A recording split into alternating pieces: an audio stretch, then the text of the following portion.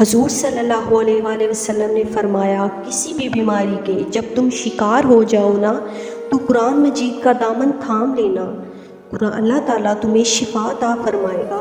قرآن پاک میں شفا ہے، خود قرآن نے کہا ہے وَتَنَزَّلُ مِنَ الْقُرْآنِ مَا هُوَ شِفَاءٌ وَرَحْمَةٌ لِّلْمُؤْمِنِينَ۔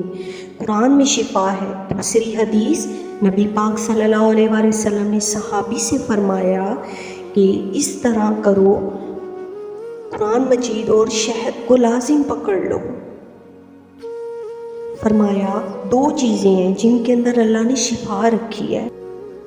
تیسری حدیث، حضرت ابو ہریرہ رضی اللہ تعالیٰ عنہ فرماتے ہیں، مسجد نبوی شریف میں حاضر ہوا، 2 رکعتیں پڑھ کے حضور کی بارگاہ میں گیا تو نبی کریم صلی اللہ علیہ وآلہ وسلم نے فرمایا، ابو ہریرہ تیرے پیٹ میں درد ہے؟ واہ واہ، میں نے بتایا نہیں، عرض نہیں کرنا چھوڑا، تیرے پیٹ میں درد ہے۔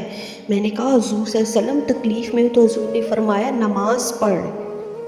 فرمایا جب بندہ نماز پڑھتا ہے تو رب اسے شفا عطا فرماتا ہے۔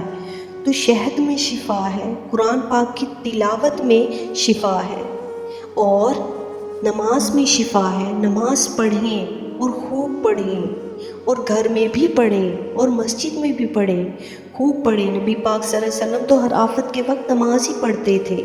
سورج گرہن ہو جاتا تو حضور صلی اللہ علیہ وسلم نماز کی نیت باندھ لیتے، چاند گرہن ہو جاتا تو نماز کی نیت باندھ لیتے، بارش نہیں ہوتی تو نماز شروع کر دیتے، بارشیں زیادہ ہوتی تو حضور صلی اللہ علیہ وسلم پھر نماز شروع فرما لیتے۔ ہر موقع پر سرکار عالم صلی اللہ علیہ وآلہ وسلم فرمایا نماز کی طرف رجحان پیدا کریں، شوق پیدا کریں، قرآن پاک کی تلاوت کریں۔ گھروں میں جب قرآن پڑھا جائے گا تو بیماریاں دور ہو جائیں گی انشاءاللہ۔